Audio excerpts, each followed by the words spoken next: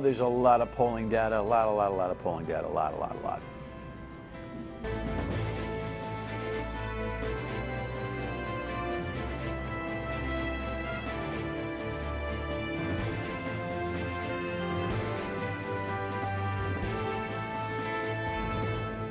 The Dan York State of Mind program is brought to you in part by Lookout Rhode Island and Takeo Comfort Solutions.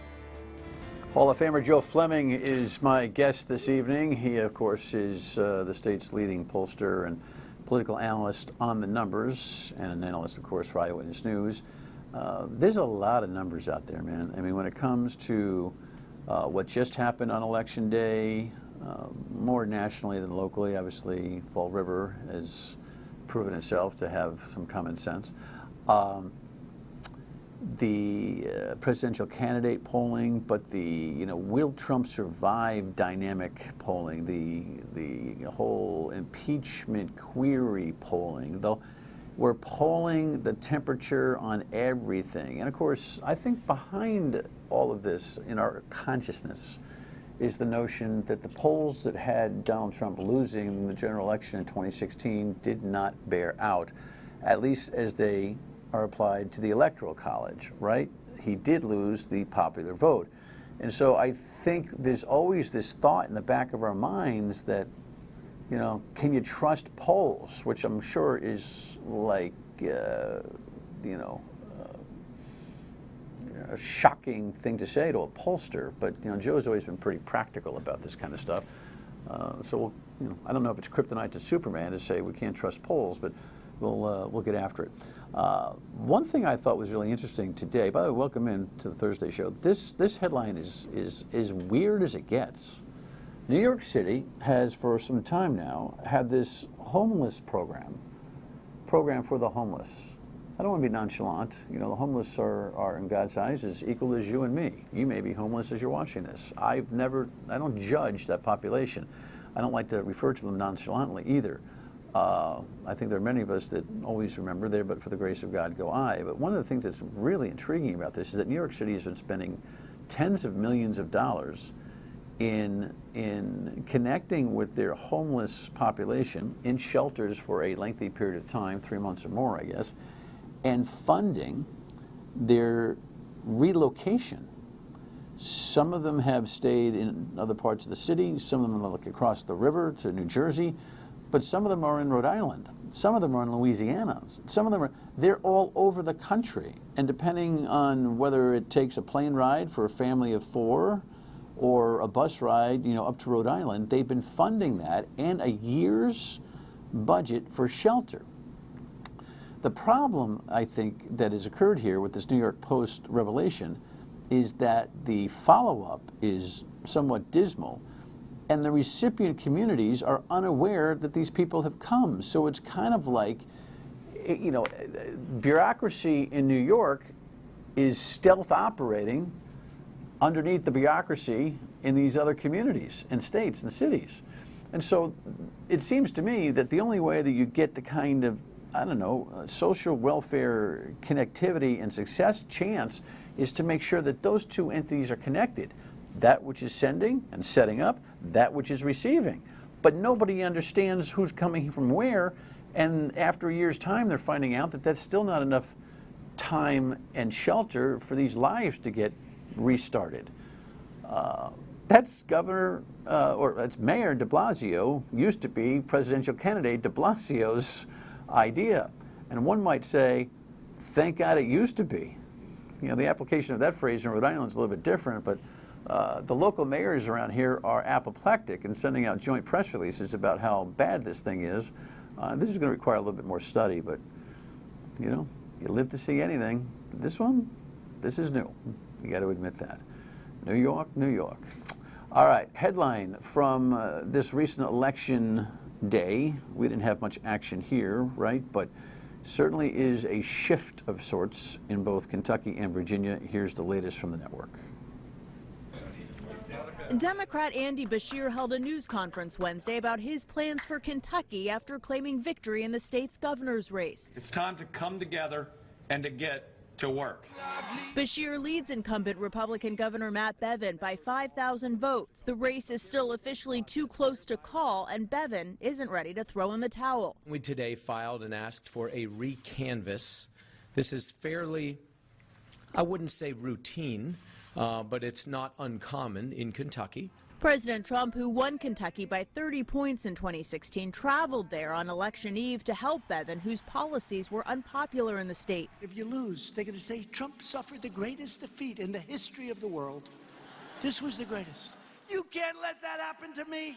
Republicans did win every other statewide race in Kentucky, including Daniel Cameron, who becomes the state's first African-American attorney general. But the governor's race in Kentucky and state legislative races in Virginia point to President Trump's vulnerabilities with suburban voters. In Virginia, Democrats took full control of the state government for the first time in more than 2 decades. Democratic Party Chairman Tom Perez says the party's message of unity is resonating in the suburbs. Prince William County embodies the challenges that Donald Trump and his politics of division are confronting in today's world. It is the quintessential suburb. President Trump is back on the campaign trail. He stumped in Louisiana Wednesday night ahead of the state's gubernatorial runoff election. Well, there are a lot of interesting signals from this particular election in both Kentucky and Virginia. Welcome, Mr. Fleming. Thanks for joining me. The message from, let's start with Kentucky. Kentucky's outcome is what? Kentucky's outcome means Donald Trump is, I really believe, is losing some supports in the suburbs. That's how the Democrats won in Kentucky. They did better in the suburbs. They don't have to win the suburbs, but they have to do a little bit better. And that was one of Donald Trump's big strengths last time. He went to Kentucky right before the election, trying to help the incumbent governor. It didn't work. Keep in mind, this governor, according to Morning Consult, had very, very poor job ratings. The only person lower than his job ratings was Gina Raimondo. So he was not in a popular position to start. The Democrats took advantage of that. The Democrats took advantage of the fact that he's basically, the current governor of Kentucky pulled back some Obamacare stuff. People didn't like that. So the Democrats were set up really nice in Kentucky. They took the governorship. They lost everything else. But the main race was the governorship. And I think because they're expanding out to the suburbs, trying to be more moderate, middle of the road, that's how they won in 2019. That's how they won in 2018. They have to continue that, I believe, in 2020. Well, one of the interesting things about this governor,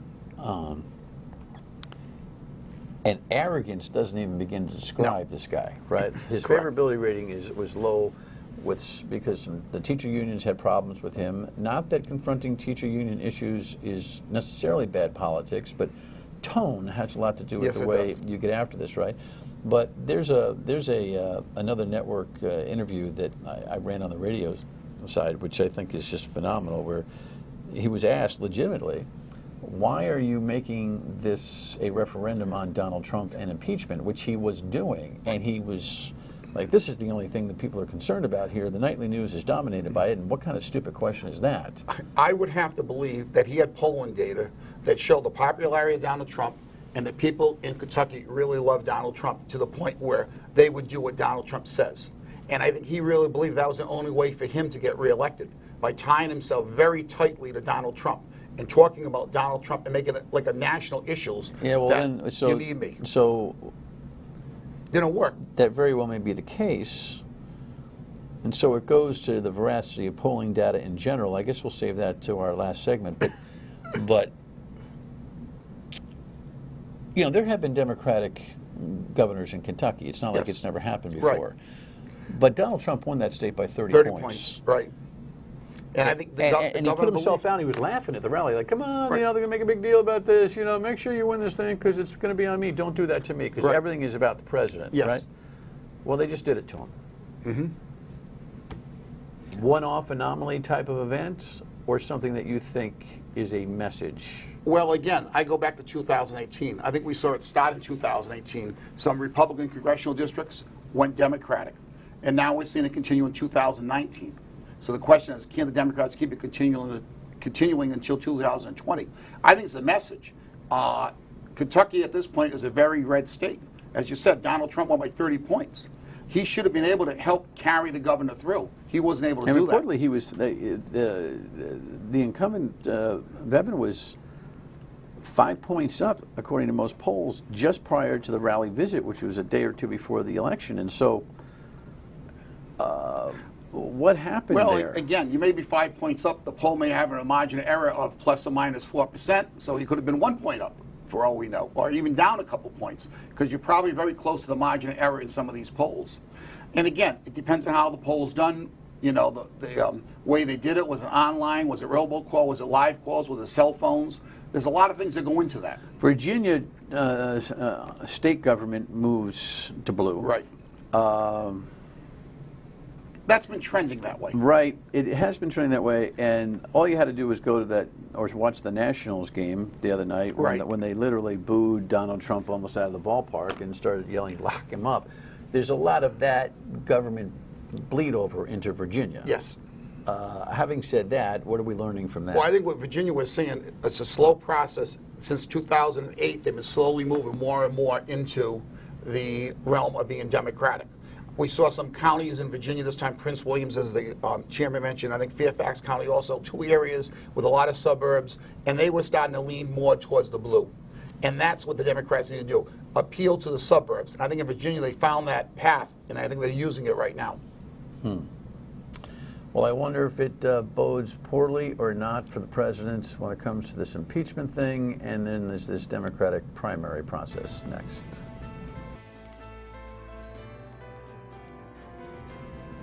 All right, so these folks are battling, and it looks like there's an upper tier that's really been established in Iowa. Before we get to that, though, Joe, talk to me about all of the so many kinds of questions you can ask the constituents about impeachment.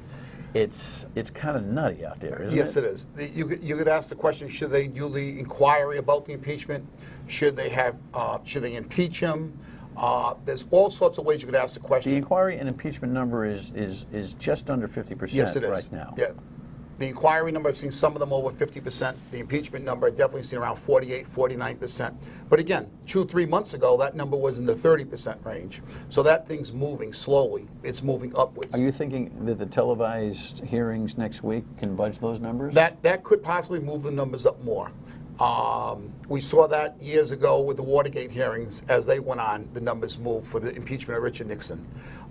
Depending what's revealed in the television, it will depend on how much the numbers move. We revealed or regurgitated, because most of the deposition information is out there. Yes. Media outlets have been reporting it on their own. But now the public will get to hear the person actually saying that, and that could have an impact. Totally different dynamic. Yes, absolutely. Right. And so, I mean, I think the public wants to see how the Republicans react to this and how the Republicans question these witnesses and see what they say. What is the number that causes Republicans to say, okay, jump ship?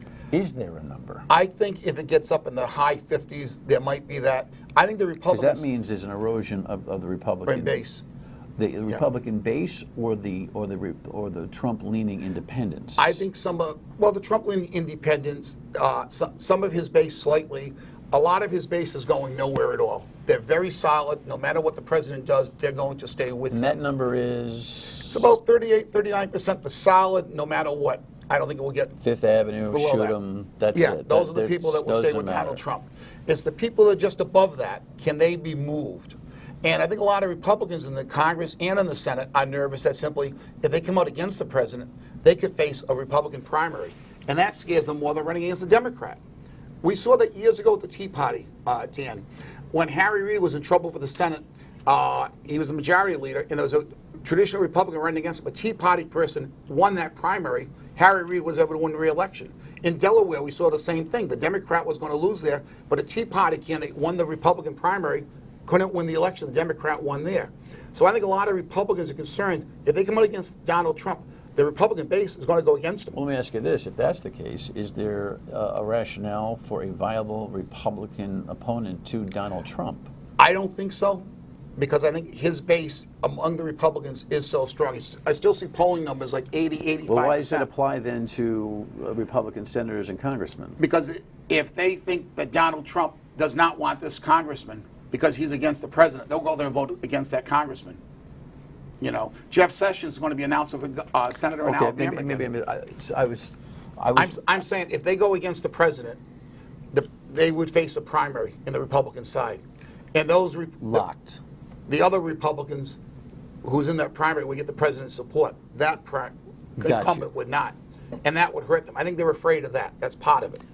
Got it. But I was asking, where's the flip number? Where is the flip number? In other words, is there, as things exist right now, the Senate is not going to vote to remove the president. No. But is there a polling number that gets so high that begins to be a question? I think, in my opinion, if it gets to around 57, 58%, I think you might start to see some movement. People like Mitt Romney, people like that. So maybe I misunderstood. Is that a high enough gross number, for lack of a better term, to impact Republican confidence that they can survive primaries if they come up? That might be.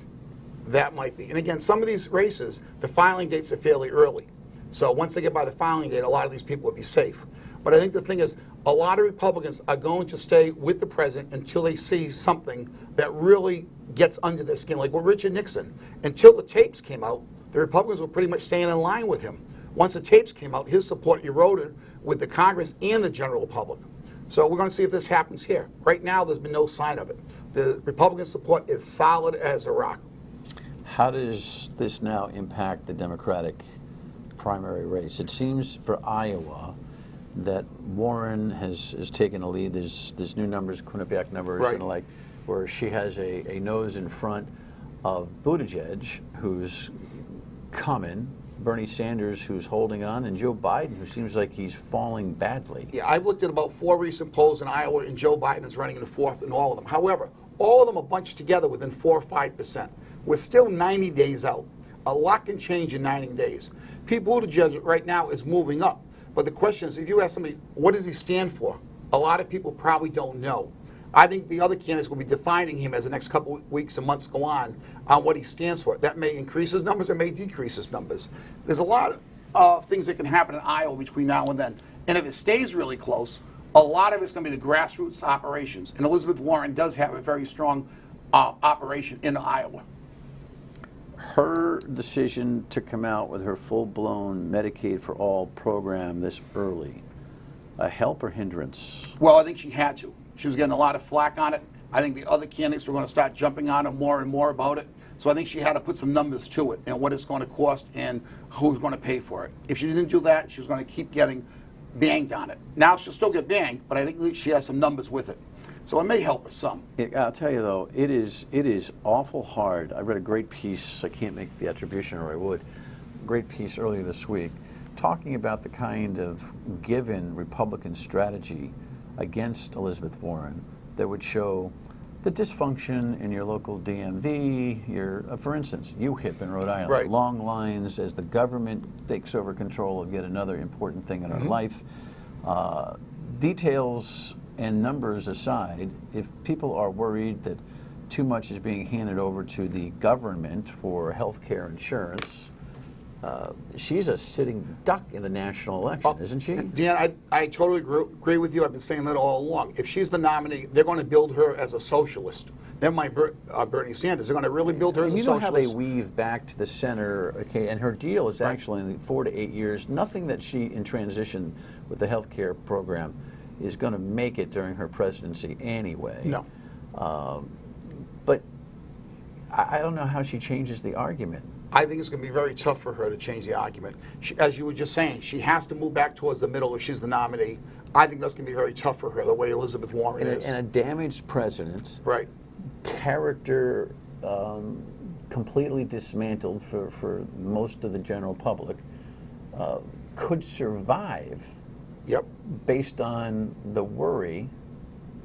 And the irony for Elizabeth Warren is she's thinking, I'm trying to help all of you. Wake the heck up. And whether she can make that message happen, I don't know. These Democrats have a lot to figure out inside this primary And then process. it also depends where it happens. I always talk about the swing states. New York Times did a survey in the 6 key swing states. In those states, against Elizabeth Warren, Trump is winning 3 of them. 2 of them, they're even. Warren's only winning 1 of the states, and that's Arizona. So I think those swing states, she's going to have problems. And that's where this election comes down. About 40 of the states have already decided who they're voting for, to be honest with you. It comes down to these swing states. And Arizona, Florida, Michigan, North Carolina, Pennsylvania, Wisconsin. Right now, Donald Trump's had all this problem. She's only running even with him or behind him in those swing states. That's a concern if I'm the Democratic Party. You got to be really careful about these polls that show any one of these candidates with a 10 to 12 point lead over Donald Trump overall, because we've learned it's about geography and electoral votes, Yeah, right? there's some new ABC Washington Post polls that came out that had Joe Biden up by 17 points. You know, if that number was true, you know, Biden would be able to carry all the swing states, but we don't know. It's so early. And again, Dan, as we said, you talked about polling earlier. A poll is nothing more than a snapshot at that time when it's taken. People's opinions change. Pete Buttigieg was nowhere in Iowa 4 or 5 months ago. Now he's up in second place. So people's opinions change. Keep that in mind. We always wonder, though, what did everybody miss in the 2016 election? Well, again, the national polls had it right. They had Hillary Clinton winning by about 3%. She won by about 3%. But in the key states of Pennsylvania, Wisconsin, Michigan, they were wrong. There's no question about that. They had her ahead of those states. We're going to have a lot more focus on the Electoral College this year than we are about broad-based numbers. That's the race. As I said, 40 states have pretty much decided who they're voting for already. I mean, you know, in Utah, Donald Trump's going to carry that state, South Dakota, North Dakota. But Rhode Island's going to go Democrat, Massachusetts. By the way, here at home, we've got a headline on Fall River. Paul Coogan wins more than handily. Right. He beat the candidate who's in legal trouble. And can we once and for all determine that sticker campaigns in Massachusetts, just because you got a sticker doesn't mean that you're gonna win the day? The sticker campaign is very difficult to run. It takes a lot of money, takes a lot of work, and plus the people are coming there with a lot of baggage sometimes, so it's very difficult. Yeah. So hopefully Fall River is steadied up. Final word with Joe when we come back. Stay with us. So look at this. Oh, by the way, Oh, Jesus. time flies, huh? Congratulations Thank on you. your Hall of Fame induction for the city of Pawtucket. What did that mean to you? It means a lot. I grew up in Pawtucket. I worked in education in Pawtucket for 33 years. People say where I'm from. I still say I'm from Pawtucket originally. City of Pawtucket means a lot. I'm still involved in Pawtucket with the Boys and Girls Club. So I just have a great love for the city of Pawtucket. Always have. Well, obviously they returned the affection. Nice night for your family. It was. Very nice. Giving back's a big thing. Absolutely. Congratulations. Thank you very much, Dan. All right. Appreciate it. Pleasure to have you. When we come back, a final word about what's next tomorrow.